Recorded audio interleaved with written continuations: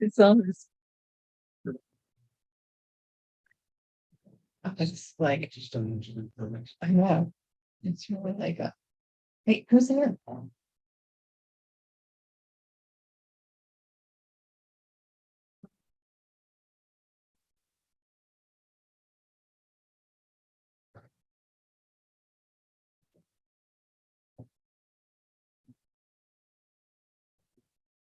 Okay.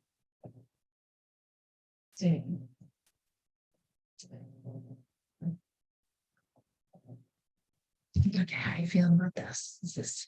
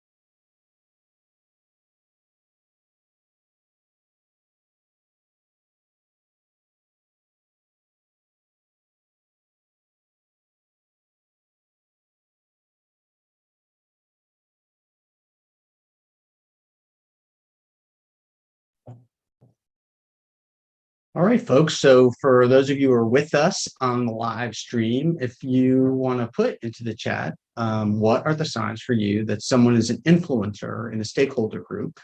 And we will get started in just 1 minute, right at 12:15. We'll get going. But we'd love to hear from you on what you guys think about as you're looking for influencers within a stakeholder group.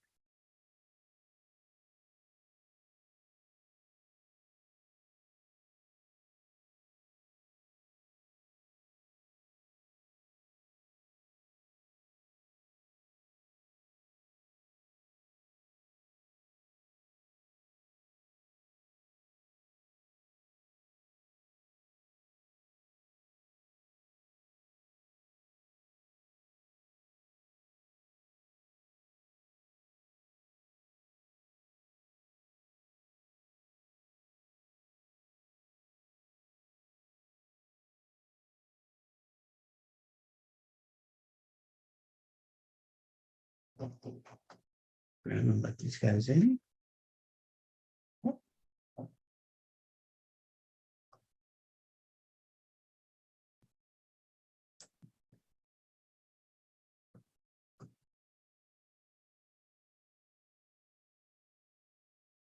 right, we've got people coming in on Zoom and people joining us on the live stream on both LinkedIn and YouTube. So as folks are all getting connected in, if you guys would like to, in the chat, let us know what you think about it. For what are the signs for you that someone is an influencer within a stakeholder group?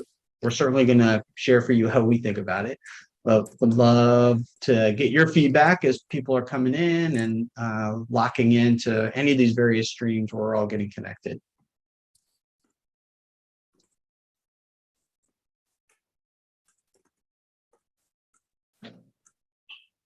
All right. And as folks are settling in, I think we're looking pretty good here. I think we are ready to get going. So I'm going to start our recording, make sure that we've got that for you guys to take a look at later. And we'll go ahead and get going here with how we're thinking about influencers and finding them within a stakeholder group. So we like to think of this as influencer intelligence. So this is really about, how do you know? There's always a question that feels like we're constantly asking the people that we're working with, or if we're doing consulting work with, how do you know? Well, this is a how do you know webinar, and we're going to talk about how do you know who the influencers are? How do you even go about identifying who the influencers are? And we're going to give you a little bit of a tool to do that. So this is in the series that Roxanne and I are doing around change analytics. And so those are happening in the first half of the month, typically on the second Thursday, like today. And then you can see we're also doing a change leadership series. We're doing those in the second half of the month, typically on the fourth Thursday of the month. And you see how we have it laid out for the year. We've had done some of these last year. We've made updates to all of those, but you can see that we've got a few new ones for those of you that have been with us before and have checked out some of what we have done in the past. We got some new ones in there, mostly based on feedback that we've gotten from you guys. So we'll ask for some of your input on that as we go through. If you have ideas on other things that you'd like to see, or even elements that we ought to bring into some of these others, always want to hear about those to make sure that we're offering up something that's going to be useful for everyone. Yeah, and impact to your stakeholders. Assess the impact to your stakeholders. That's really popular. We already have like 62 people or something signed up for that one. So a lot of interest in that one. That one's coming up end of February. Yeah, and we'll talk just a bit about it when we get towards the end of this one, that these two are connected. So this, what we're going to talk about now, is really a deep dive, more of an analytical view, but it's going to inform more about how you would think about the impact to your stakeholders. All right, so let's jump in and talk about today's topic, which is really wrapped around social network analysis. So we'll start with, what is social network analysis? And what does it even mean to go about doing that stuff? So I like this definition. So I think it's easy to take on without being too technical or wonky. But social network analysis is the process of investigating social structures through the use of networks and graph theory. The networks and graph theory, that's the math part. at the end, that means really what you would intuit it might mean. How do I know about the people I'm connected to, and what might I use to try and analyze some of that? And so that's what the second part's really talking about. We're going to look at these network structures in terms of nodes. Nodes, again, is a math term. We're talking about humans and the ties that are between them. And here we're going to talk about interactions or relationships between people that make them connected. And we'll find right now for sure that there's probably no better time to think about social network analysis. I mean, we literally are living through this notion of gone viral in a way that we'll probably never ever use that term the same way again. We are on completing year 2 of a pandemic that is about a virus, but also in the last couple of years, the social protesting that we've seen is being managed through these social networks, that people are organizing through these social networks to be both in person as well as virtual, and to be able to have their voices heard. And so we're seeing examples of this sort of people network interaction, social network interaction, happening in multiple different places. So certainly now is a wonderful time really to think about that. And in particular, if we start to think about change and why do we want to study the network with regard to change, we think about these 3 things. So there are the social perceptions that are out there, and how people perceive things is the reality on which they make choices and make their decisions. So understanding how people that they view as similar are impacting them versus people they view as others are impacting them. Well, social network analysis will help us to understand that. You certainly all intuitively understand that because you're people and you interact with other people. So you don't need necessarily to have it broken down into math. But when we start talking about very large numbers of people, well, that becomes much harder. And so this is where the value starts to come in. Social influence gets into information theory and the flow of information. So how the information flows is going to be very indicative of where the influence is going to occur. And so if we can understand how that flows, and we can understand where the influence is. And then lastly, there's a broader term around social capital, which actually has pretty deep literature and psychology. So we won't go into all of that.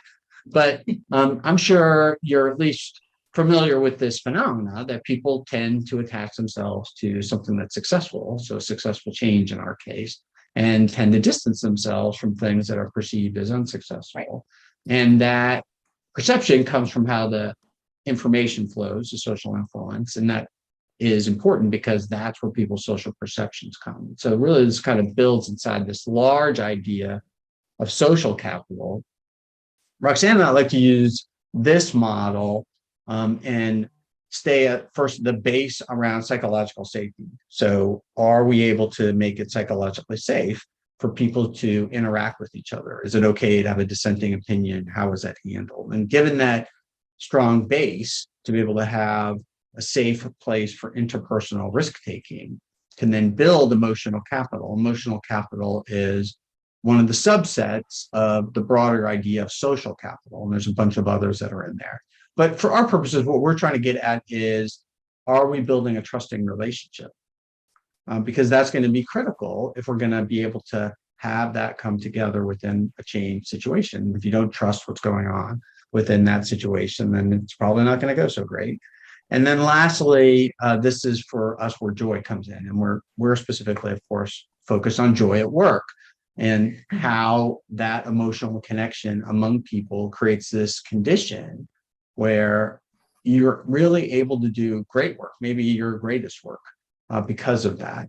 And it's this notion of an intention. So that leaders need to set an intention in order to be able to drive joy at work. And if you've come to any of our other webinars, certainly the very last one you did, you've heard us say that intention is so important as we are trying to do our change work. And so this all culminates together with this idea that joy at work are the words and actions that build trust, improve work relationships, and create a thriving workplace. And so we think of this as one of these elements of joy at work thinking. So how do you have that in play so that you're constantly thinking about that and then driving all of that.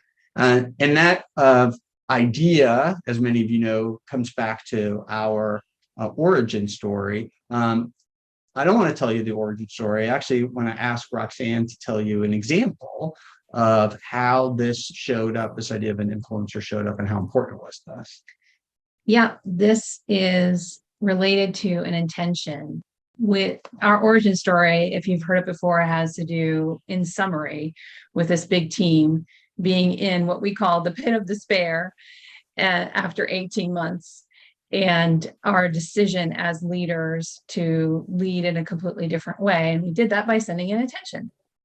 And so that was the first step. And then we had to live it.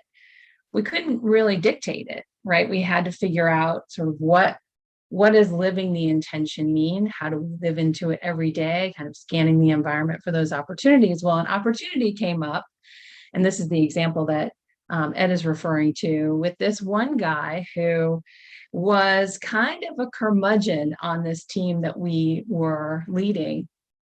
He was, what was he, head of testing and testing? Right. Testing. Yeah, so deep in the tech. And I think he kind of came off this, gave this vibe that it was sort of a thankless job and that people didn't appreciate him. And so when we decided to lead differently, we helped people see that they would not get in trouble for raising risks, which was the atmosphere before. If you raise a risk, then people would start to scrutinize your work and start to accuse you of being the problem. We had to shift that atmosphere and help people see that, no, we really want you to raise risks, and we're going to pay attention to that so that we can make sure that you're getting what you need in order for us to succeed together. We're highly dependent on each other. So this one guy, we used to pay attention to his face when he came into our executive meeting, because whatever his face was, whatever his mood was, kind of indicated that there's something to be concerned about or something to be excited about. And our senior executive used to start to ask him first, Tom, how's it going? Tom, how's it going? And so we sort of picked up on this, that he had a huge influence, not just on the executive team, but also on the rest of the team. And certainly probably 30 people that he led for the company, for this particular project. So we decided to create what we called a Tomometer, and where we would take pictures of his face to indicate where on the spectrum he was, right? And which would tell us whether or not we were in trouble. And so we kind of came up with this idea, and I just talked to him about it kind of casually, and I had no idea how he would respond. Well, he had this really huge response.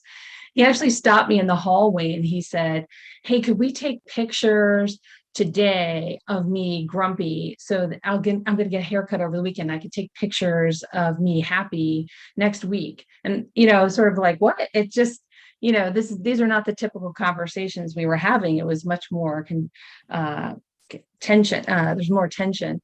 So we ended up creating this thing that we call a Tomometer, which is what you'll see here.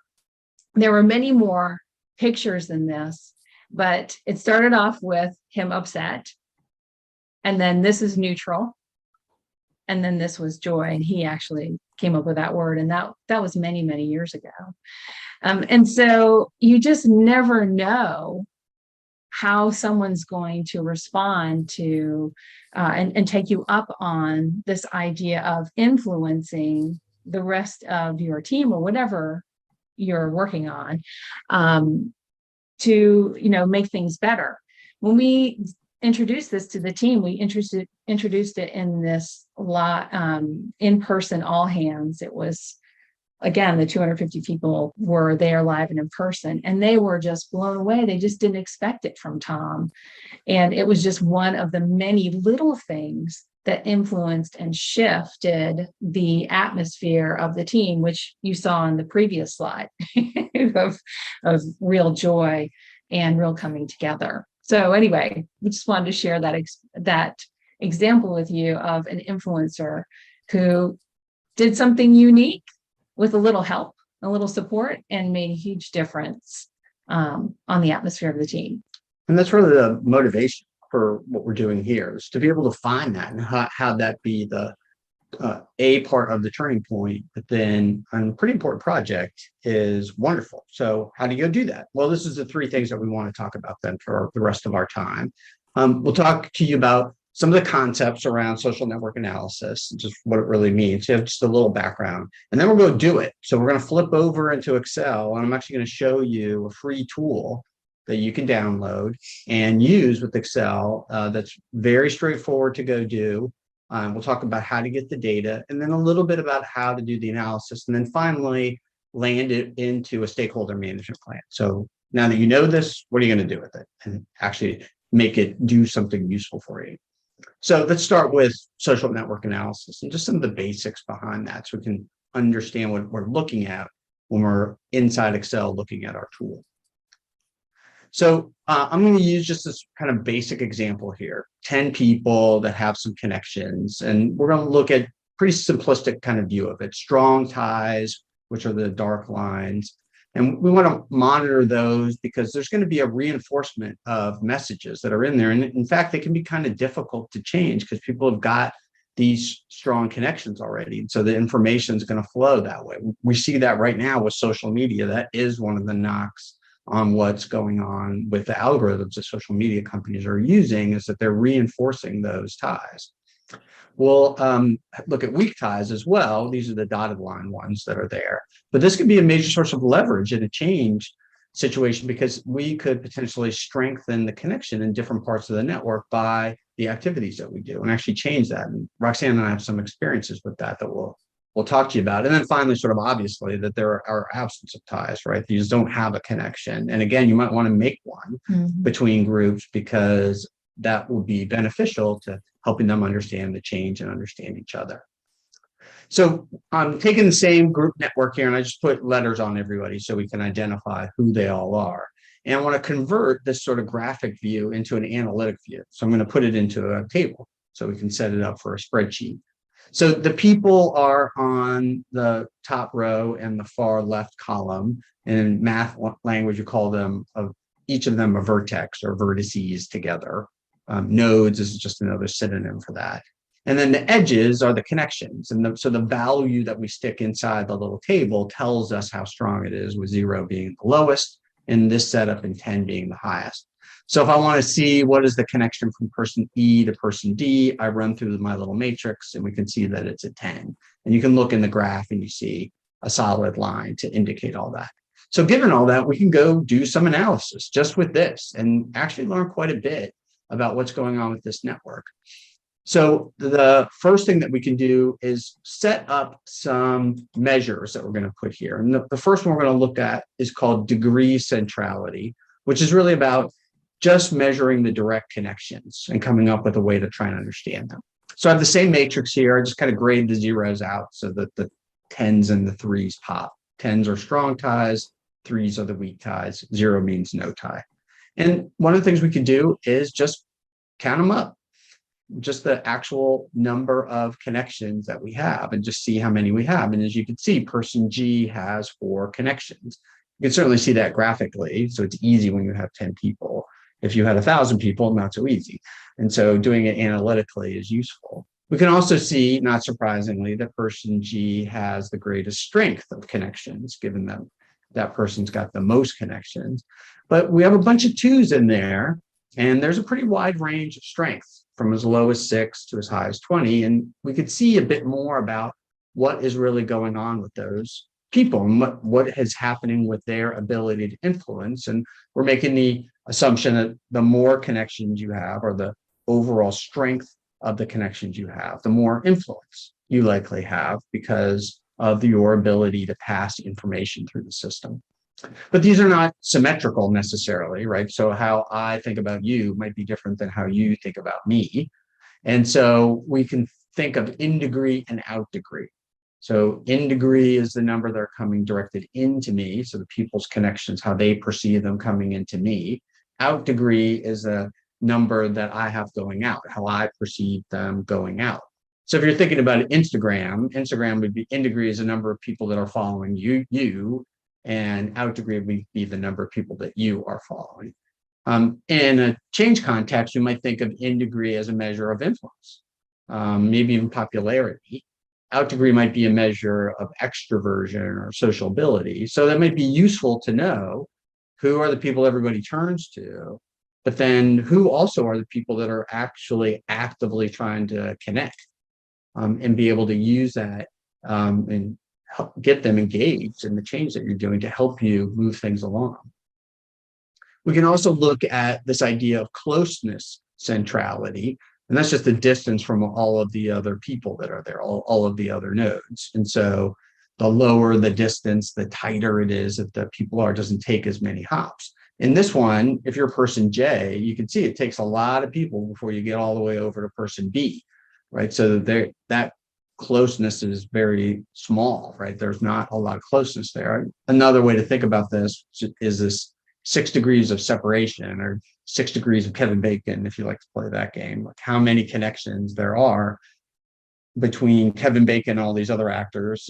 This comes from an experiment, a set of experiments that were done in the 50s where letters were sent out and they were asked to be forwarded, and they measured how many times did the letters get forwarded before they returned to the original sender. And on average, in the 1950s, it was 6. And this experiment was repeated again and again, and they cluster in and around that area. It's now been repeated probably hundreds of times with social media, and the number's closer to 3. So we've become, as a country, a much more tightly connected country than we ever were before, partly through social media. And this sort of analysis can help us out with that. So paying attention to closeness centrality is also useful for understanding who the influencers might be. And then the last one I want to show you is betweenness centrality. And this is just as the word might say, it's who are the people in between others that really act as a bridge, the ones that actually connect. You can see in our diagram that persons F, E, and D are the bridge between the two groups that we have on the left and the right. So one of them leaves the organization, it's no longer a completely connected network. It becomes 2 separate networks with no connection. And so paying attention to that can be important, because there can be certain people who are structurally advantaged just by where they are in the organization or who they happen to be connected to actually control the flow of information from one section of the network to the other.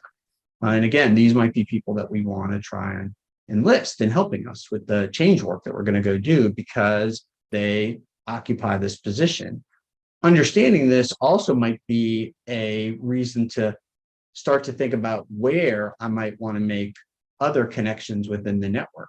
So if you see, if I make the 2 orange lines, add those in, so connect B to F and E to I, well, I've changed dramatically the closeness centrality that we have. And I changed the betweenness centrality, because now if one person leaves out of that middle section, we're still connected. So the network is more of a tighter mesh, if you want to think about it like that, with the people connected. So these are the 4 that we want to pay attention to: in degree centrality, out degree centrality, closeness centrality, and betweenness centrality. By looking at those, we can identify who are the influencers within our network. So those are just a little bit of concepts about what's going on. Now we want to just jump in and actually go do some social network analysis. So we have an example set up for you. We're going to use an Excel add-in that you can get for free and be able to do it with us. So that add-in is called Nodexl, and it is produced by the Social Media Research Foundation. You see their website right there. You can go on and download their free version, which is their basic version, Nodexl Basic. That is the version I'm going to show you. And in fact, that's the only version I've ever used. So I have not paid money to get the other versions. They have significantly more functionality, And so I'm sure they're wonderful. I just haven't used them yet because Nodexl Basic does so many things, and you can download it right now and get it in for just a couple minutes and be able to use it right away. And so what I want to do now is just set up our example for you. And so we're going to use this example of a fictitious company called Leadership Skyward. And Leadership Skyward is an aviation leadership experience company. And what they do is take executives on 2 and 3 day retreats, workshops, really, where they have them focus on communication skills and decision-making skills as done by pilots in the cockpit. And the hook for Leadership Skyward is having taught some of those skills on the ground, they then put the executives in the plane and take them flying. So they get a chance to actually try these things out in a different environment that's probably new and maybe even uncomfortable for them as a way to try and reinforce the lessons that are there. So what's happening in our company is that the CEO of Leadership Skyward has decided to step down from the regular day-to-day running. So he's going to hire a full-time CEO. He's going to stay engaged. He'll still be the owner and he'll still be a pilot at Leadership Skyward, but he's not going to be doing the CEO role anymore. So a pretty significant change, right? Something very significant is going to happen here with the change at Leadership Skyward. And so we want to be able to understand what that's going to mean. So how to think about this, just to put it in the context of the process. For those of you that do change work, you do step 1 and step 4 already, right? You identify stakeholders, you go through some process to do that. That process shows up in decision making and decision analytics as well. And then at step 4, you're taking that information and putting it into a stakeholder plan. What we want to do is give you a little bit more in between. And so we're going to add in steps 2 and 3. How do you measure connections between the people so that you understand the network? And then how do you then go about analyzing them? And that's what we want to talk about now. And so in step 2, there are many ways to go about doing this, but we're just going to show a relatively simplistic way of asking people to give a 0 through 10 view of how they are connected to other people within the network. And so all the people will be listed on the right. You can see that in the light green. And then the same people are listed across the top. And you're going to ask people to go find your name in the light green and just move through the matrix and put anything from a 0 to a 10 in there. And the question that you ask here is what's really going to drive what kind of a value you're going to get for the network, because there's not just one way to do this. So let's say we're putting in we're going through this change that we're talking about here, and people might want to ask questions. So you might want to know, who's my go-to person that I'm going to go check in with as I go work and have any sort of problem in the workplace. And 10 would be at the highest, somebody that I always go to. 5 might be a person that I would go to for specific issues. 1 is I probably wouldn't go to them, but at least I know who they are. And 0, I don't even know who they are. So there's no connection in there at all. I do something like this with my students at the University of Richmond. So I ask them a similar kind of question to get an idea of the connection within the class. And then I'll actually use that information to make group pairings for projects and things like that to try and increase the connection within the class, because then they tend to talk to each other more, pass information, and they seem to do better on the exams and the assignments. So I'm using the same kind of idea every semester as I do this. And again, I'm using Nodexl for this. And Roxanne's going to throw a link into the chat for you. We've got a primer. It is actually the exact same primer that I give to my students on how to go about using it. Just like, how do you download Nodexl? How do you get into it? So you can walk yourself through that as well. So this will take you out to a link, and then the primer will be emailed to you once you give the system the email. All right, so let's go back now to Leadership Skyward and analyze the change that's going on over there at Leadership Skyward. And so I'm going to take down my PowerPoint and bring up the Excel. And while we're doing that, I'm just going to ask Roxanne to briefly talk a little bit about some of the things that we're reading around this idea around joy at work and some of these books that we have here. Oh, yeah. So the big book that I'm reading right now is the Effective Change Manager's Handbook If any of you are interested in a deep dive on change management, this is the book. It's a little dated. In other words, I think it was produced in 2009. It's huge. It's very thick. It's affiliated with or endorsed by the Change Management Institute, which is different from the Association of Change Management Professionals. The CMI is a professional organization, just like ACNP is. They started off in Australia and have grown a presence beyond there since they started. Gosh, I can't even remember when they started, in the early 2000s, I think. But anyway, this is really good book. I'm halfway through it.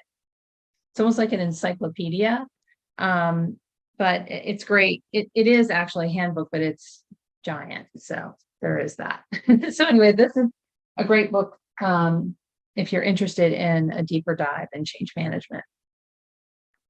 All right, so on the screen now, I brought up an example of Nodexl, and you can see that we're in Excel, right? This is the same things that you see normally across an Excel, but now I've got this little extra tab in here called Nodexl Basic, and it is technically a template. So they put all the code inside the template, so you don't have to do anything except go and push the buttons just like you would for anything else that you might be doing within Excel.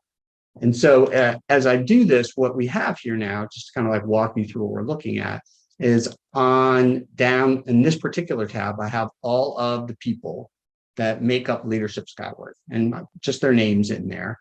And then I've used the color function that's here to indicate different types of roles that they might have.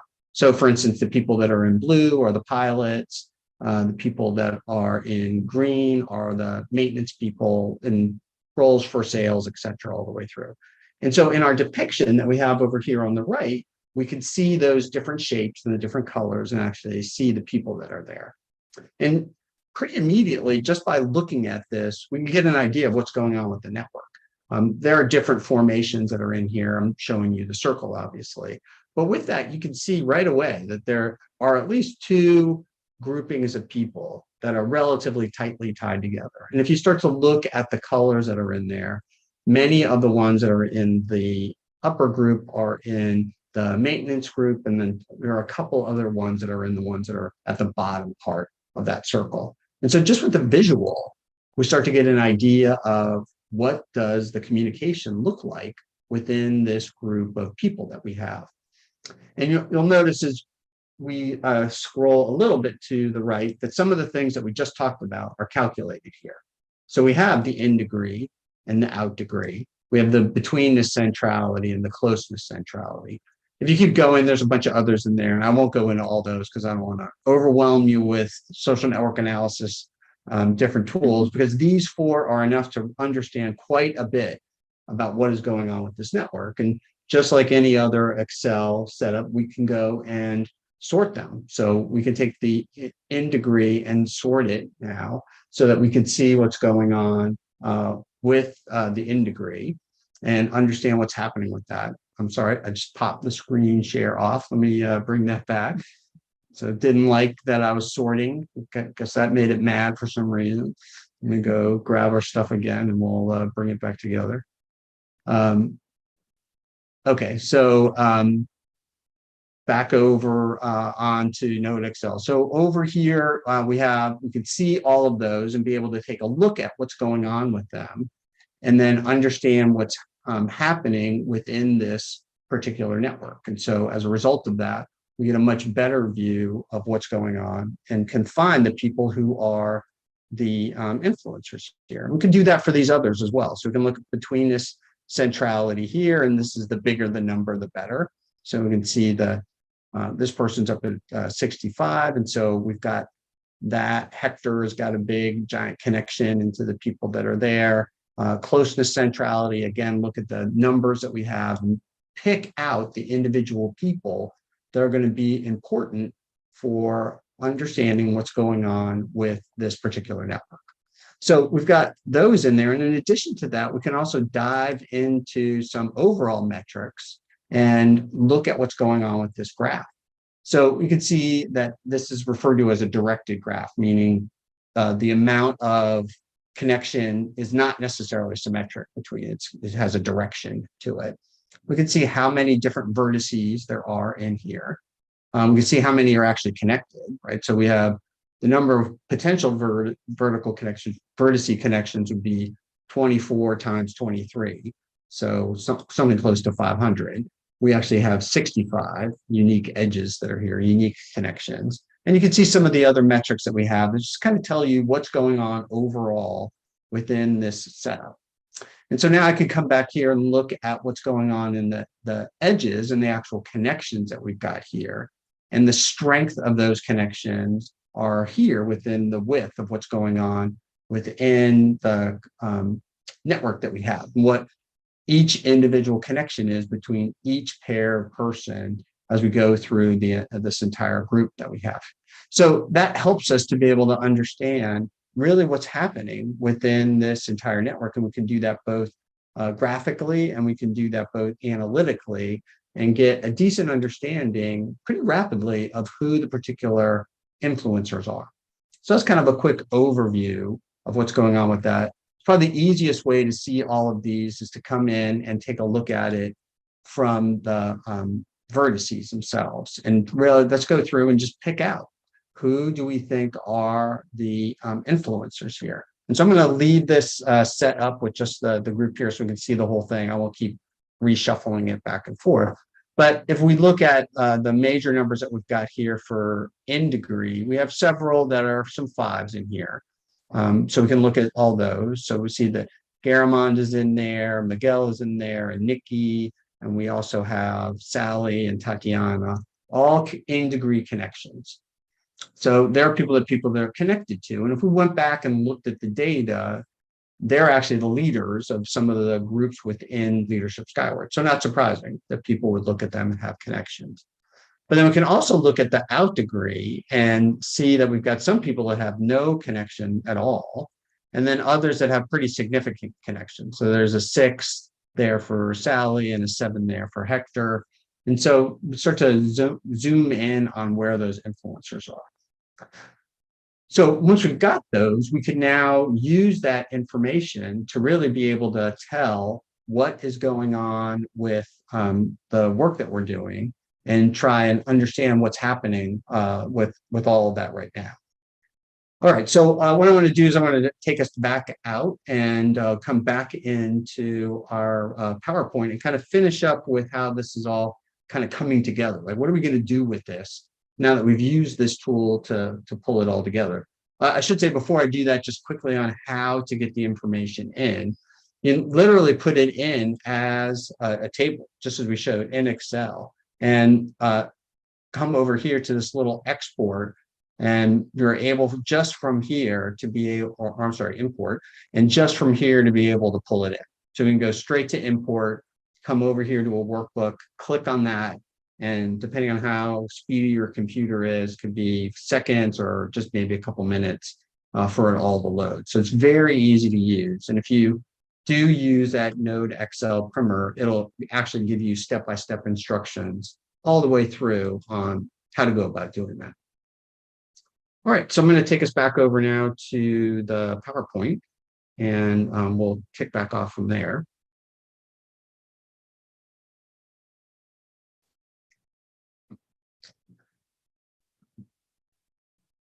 All right, so what we want to do now is actually bring this in and have it influence our stakeholder management plans, right? So we actually want to do something with it as a result of that. So the analysis is nice, and of course I love all that stuff, but it's not really good unless you actually get to go do something and make a different decision as a result. So this is the flow that we put together that Roxanne has now been using for years, and you guys are probably familiar with a lot of the basics that are here. So once we've got this, we want to decide what influence are we going to focus on. Well, without some help, that can be kind of tough to do. I mean, you can interview your way into it, and that's certainly an effective way to get there. Simply ask people who are the influencers, and you'll start to find them. Roxanne's done that, and you want to tell them your little trick for when you know that you've gotten all the influencers? Well, I know when I start to hear repeated themes. if you guys have done stakeholder or impact assessment work, and you start to interview people, you may ask the question that I always ask, which is, all right, who else should I be talking to? Usually other people come up in the conversation anyway, but I always ask that to hear what, to hear what people say. And when they answer, I can tell after a while, okay, I think I've hit everybody I need to speak with. So yeah, that's what I do. So, and that worked great. And we would suggest that you use that. This is just jumping in the Nodexl as a way to add back into that as well. And then the only other thing I would add here is the step 2 here, lead a stakeholder analysis, lead an influencer stakeholder analysis conversation. We actually cover that in pretty good depth in the last webinar we did, which is recorded. It's called Getting Your Team to Lead Change. So you can look there if you want to see more detail about that analysis. All right, so that covers what we wanted to talk about today. Just as we step into what's coming, and this next webinar, we'll get much more into the plan part of this. So how do you take this information and turn it into a plan? Really, the details of the previous slide. And how do you build that out to actually be able to use this information and have something more valuable? So we'll be doing these, as you can see by the months on here, every month. So a couple webinars every month. So please be on the lookout for those. And all of this leads into the change analytics course that we have. And we've done pretty substantial upgrades over that over the last few months. So the course now is set up as an on-demand course. So the material is recorded, the tools, templates are available through the system. And we touch on these 4 areas, right? So much deeper into social network analysis. We just kind of touched on some of those things today.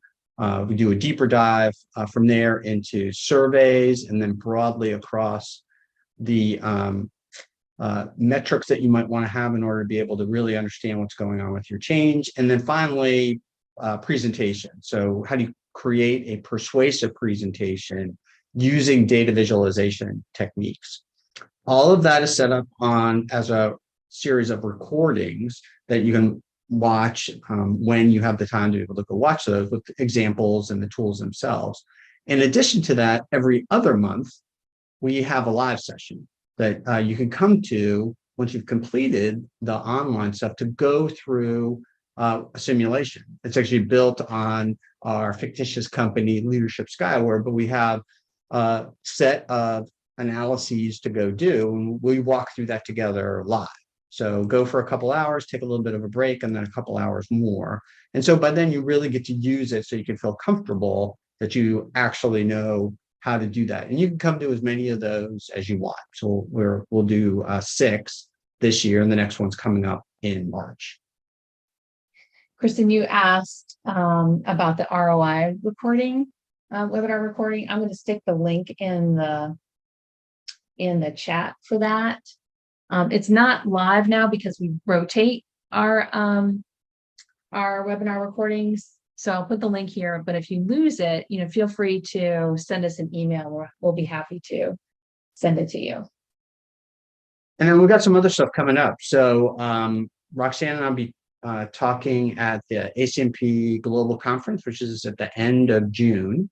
And we're actually doing a masterclass on change analytics. So it's a portion of the analytics course that we just described. And also we'll have 2 conference sessions. So one on calculating a change ROI, because that idea seems really popular. And because I apparently wrote a convincing enough summary, we're going to do one on artificial intelligence and change management as well. So I taught my first machine learning class last semester, and I've been really focused on machine learning and AI and how to apply that. It's thinking through how to apply it in the change situation. So I'm looking forward to being able to share that with folks. And then we'll have a webinar just a couple months later in August. And it is really the story, the build out of the story that we have been sharing with you guys. So, and the title is It's Okay to Be in the Pit, Just Don't Decorate. So if you're looking for some more of those things through ACMP, you could find us there. And that's it. Thank you very much. One other webinar, I'm doing a webinar for ACMP Ukraine in March, on March 15th. And this is about change management and joy at work and how they go together. That's right. So if you are interested in that, you can always register for that too. All right. So with that, I just want to put this slide up. Here are the different ways to stay in touch with us. Check out our website, email us at joy@thechange-decision. And Roxanne and I are both writing through several areas. So in addition to these webinars and the ones you saw for ACMP, writing on a fairly regular basis as well. So you can catch some of what we're putting together there, and even some around some of the research on joy at work we've been doing. But with that, I'll stop talking, and I would love to hear what you guys are thinking. Questions you got, or comments, suggestions for things we ought to do in the future. Always interested in your feedback. Thanks, Nicole. Appreciate the shout out. Thanks, Nicole. And for those of you who are on Zoom, if you want to just come off and let us know what you're thinking, that's great. And for those of you on the live stream, if you want to put it in through the chat, we're monitoring that as well. See what's going on, what's on your mind.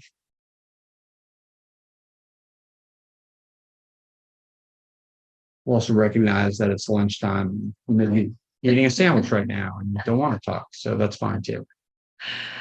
Yeah. All right, folks. So I think we are at the end. So I'll say thank you for spending some time with us. Hope there was something in there that was useful for you. And please let us know what other thoughts or what you're thinking. Reach out and contact us. Otherwise, have a wonderful day. Thanks, everyone.